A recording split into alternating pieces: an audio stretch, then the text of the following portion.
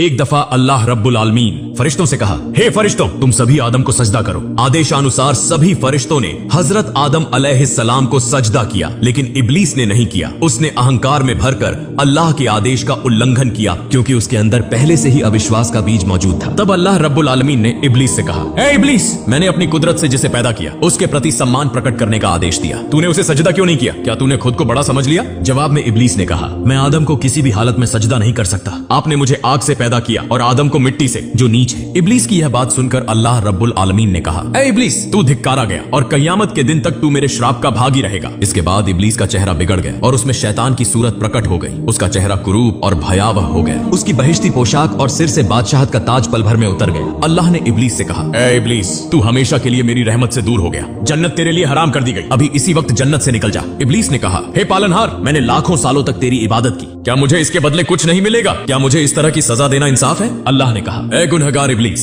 बता तू मुझसे क्या चाहता है? जन्नत को छोड़कर जो कुछ मांगेगा मैं तुझे दूंगा, क्योंकि मैं किसी प्रार्थना को ठुकराता नहीं। तब इब्लीस ने कहा, हे प्रभु, जब मुझे कभी जन्नत नसीब नहीं होगी तो मेरी एक प्रार्थना है कि कियामत तक मुझे हयात बख्श दे। अल्लाह ने कहा, जाओ, मैंने तुम्हें कियामत तक की जिंदगी दे दी। फिर इब्लीस ने कहा, हे प्रभु, मेरी दूसरी प्रार्थना यह है कि मुझे ऐसी शक्ति प्रदान करें कि मैं आपकी सभी मखलूक को देख सकूं, लेकिन आदम और उनकी औलाद मुझे न देख सके। मैं उनके जिस्म में रग रग में घूम सकूं और जब चाहूं अपनी सूरत बदल सकूं। अल्लाह ने कहा, जाओ, तुम्हारी यह प्रार्थना भी मंजूर हुई। पापी इब्लीस ने इतनी शक्ति पाकर कहा, हे प्रभु, यह जान लो कि आदम के कारण मेरी जिंदगी भर की इबादत बेकार हो गई। मैं हमेशा के लिए तेरा धिक्कारा हुआ और श्रापित बन गया। मैं आदम और उनकी संतान से बदला लिए बिना नहीं रहूंगा। मैं यह प्रण करता हूं कि आदम की औलाद को हर युग में भटकाऊंगा और उन्हें अपने साथ जहन्नम का वासी बनाऊंगा। अल्लाह रब्बुल आलमीन ने कहा, ए गुनहगार इब्लीस, जो मेरे आदेश का पालन करेंगे और सत्य पर डटे रहेंगे उन्हें तुम कभी भी पथभ्रष्ट नहीं कर सकोगे, लेकिन जो मेरी आज्ञा का त्याग कर तुम्हारा अनुसरण करेंगे और नफ्स ए अम्मारा की गुलामी करेंगे, मैं उन्हें तुम्हारे साथ जहन्नम में डालूंगा और मैं जहन्नम को भर दूंगा। इसके बाद अल्लाह के आदेश पर